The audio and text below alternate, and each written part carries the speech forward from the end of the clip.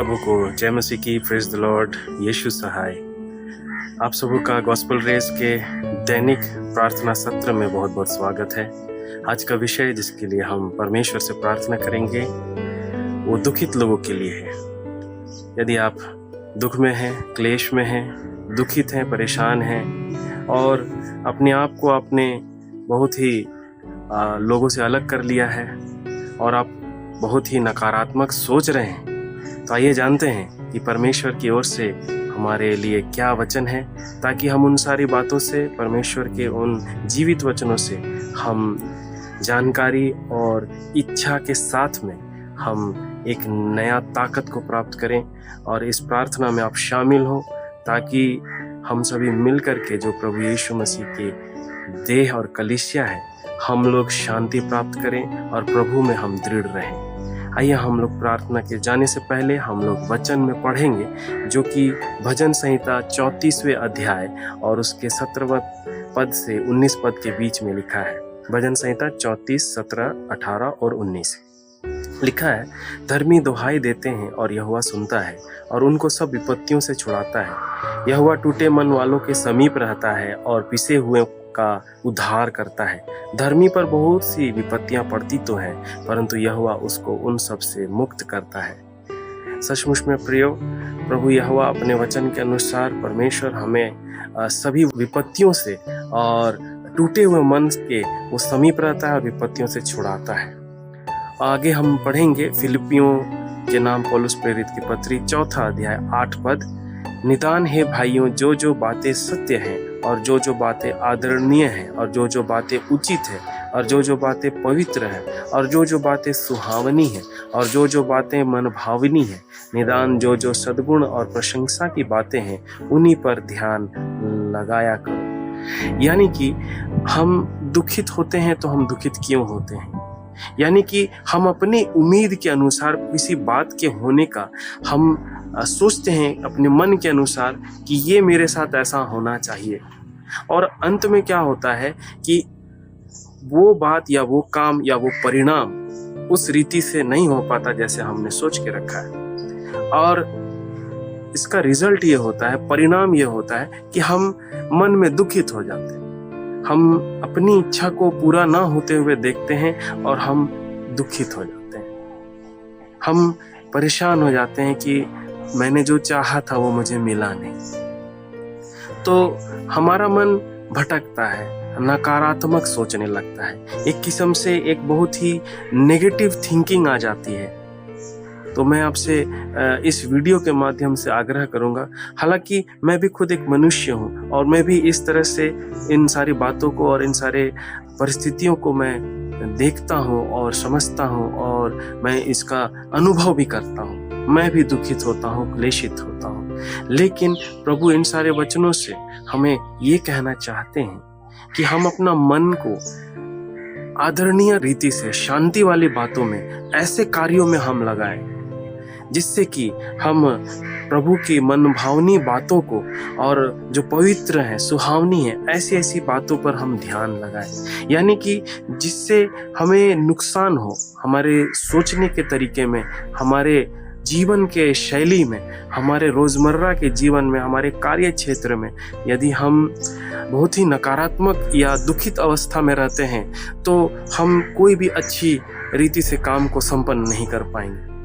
इससे पहले, प्रभु की सेवा से पहले मैं कॉर्पोरेट्स में था और हमारे जितने भी सीनियर सुपीरियर बॉस या हमारे जो बड़े होते थे, जो कंपनी को चलाते थे, बड़े ओहदे में हमारे सर और मैडम लोग रहती थी, तो वो भी यही बात को कहते थे कि आप आज का नया दिन शुरू करने जा रहे हैं, आप अपने ब्रांचेस को हेड करेंगे, तो आप एक पॉजिटिविटी के साथ में आप काम करें। कल का दुख को आप साथ में ना रखें। कल के जो आपने फिगर नहीं कंप्लीट कर पाए, जो अपने कार्य को संपन्न नहीं कर पाए, उसके चलते आज का दिन को आप खराब ना होने दें। आज आप पॉजिटिवली सोचें और आगे बढ़ें। परमेश्वर का वचन पूरी पॉजिटिविटी से भरा हुआ है। आपको और मुझे पूरे विश्वास के साथ में प्रभु के विश्वास में आगे बढ़ते हुए अपने काम करना है। यदि हम अपने काम में सफल नहीं हैं, दुखित हैं, आप उठ जाइए। यदि आप बीमार हैं, प्रभु यीशु मसीह के नाम से आप दवाइयाँ खाना शुरू कीजिए और पॉजिटिविटी लाइए। आप मन में अपना एक विचार को रखिए कि नहीं, प्रभु मुझे ठीक कर सकता है और मैं ठीक होके रहूँगा या रहूँगी। प्रभु मुझे उठाए, प्रभु मुझे, आप प्रार्थना करें, आपके अंदर एक नया ऊर्जा आने पाए। आप लोगों के बीच में एक ऐसा उदाहरण बने कि ये बंदा, ये व्यक्ति, ये जो भी है, ये प्रभु यीशु मसीह पर विश्वास करता है और ये क्लेश के समय में खड़ा रहता है। क्यों? क्योंकि प्रभु आपको सपोर्ट करके खड़ा करके रखता है, प्रभु आपको धरे रखता है। मैं इस समय आप लोग को एनर्जाइज करूंगा। मैं आप सबों को इस समय पूरे प्रभु के वचन के अनुसार मैं आप लोगों को बहुत सारा सांत्वना और बहुत सारा दृढ़ता के साथ में एक ऐसा एहसास के लिए इस समय मैं उत्साहित करूंगा कि आप डटे नहीं, आप दुखित ना हो, क्लेशित ना हो, क्योंकि प्रभु हमारे साथ में है। और वो आपको वचन में कहता है कि मैं ना तुम्हें छोड़ूंगा ना मैं त्यागूंगा। इससे बड़ा और कोई आपको कंफर्ट नहीं मिल सकता है, इससे बड़ी बात हो नहीं सकती। आप यदि एग्जाम में फेल हो गए हैं तो आप निराश ना हो, आपको फिर मौका मिलेगा, क्योंकि एक दिन बीत जाता है, दिन खत्म हो जाती है, रात आता है, अंधकार आता है, उसके बाद फिर एक नया सवेरा भी आता है।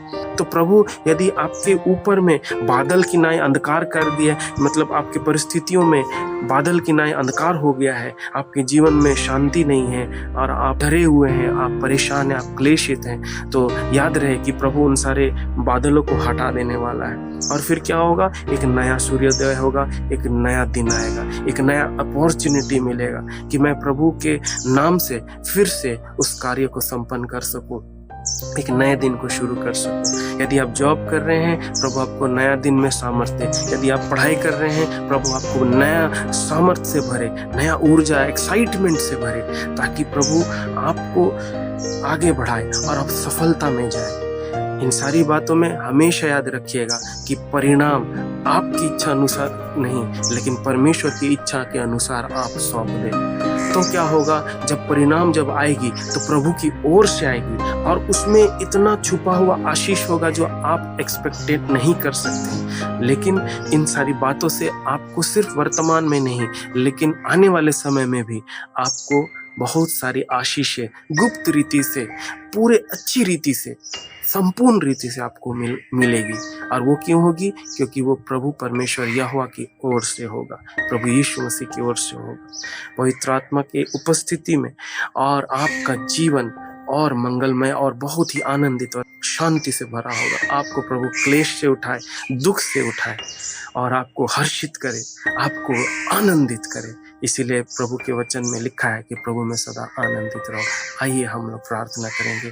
जीवित महान यहोवा परमेश्वर, हम इस समय इन लोगों के लिए, अपने लिए और तमाम लोगों के लिए, अपनी टीम के लिए प्रार्थना करते हैं। प्रभु इस समय हम दुआ करते हैं कि प्यारे खुदावंत, इस समय जितने क्लेशित हैं उन्हें उठा यहोवा परमेश्वर। प्रभु जितने भी तकलीफ में है, दुख में है, प्रभु जी परेशानी में है, प्रभु जी नहीं जानते कहाँ जाएंगे, किसे बोलेंगे, प्रभु अपने दिल के हालात को वो कह नहीं पा रहे, प्रभु हम उन लोगों के लिए प्रार्थना करते हैं कि पिता इस समय ऐसे लोगों के लिए प्रभु तू उन्हें खड़ा कर, प्रभु उन्हें अपनी शांति से भर, उन्हें प्रभु जी अपने रीति से, अपने तरीके से प्रभु सुरक्षा और इस बात की आशा को दे प्रभु जी कि तू उनके साथ खड़ा है। प्रभु जो रो रहे हैं उनको तू आंसुओं को पोंछ, प्रभु जो इस समय हृदय में टूटे हुए हैं, प्रभु गिर रहे हैं, ना जाने पता नहीं उन्होंने क्या दिन देखा है, प्रभु उन्हें अब अच्छा दिन दिखाने के लिए प्रभु हम तुझसे प्रार्थना करते हैं। हम सबों को एक ऐसा दिन दिखा प्रभु कि पिता हम तेरी महिमा सदा करने पाए। प्यारे पिता परमेश्वर, जो इस समय बीमार है, क्लेश में है, प्रभु उन्हें तू चंगाई दे और वो अपने बिस्तरों को छोड़कर तेरी महिमा करे। जितने जॉब करते हैं, बिजनेस करते हैं, प्रभु उनके सैलरी और प्रभु उनके कमाई में बरकत दे प्रभु जी। उनके जितने भी विपरीत परिस्थिति है उसमें से उनको छुटकारा दे महान परमेश्वर, ताकि प्रभु वो क्लेशित और दुखित और ऐसे प्रेशराइज्ड मन से प्रभु बाहर निकले और प्रभु तेरी महिमा, स्तुति, प्रशंसा करे और उस क्लेश और शोक में से निकलने पाए।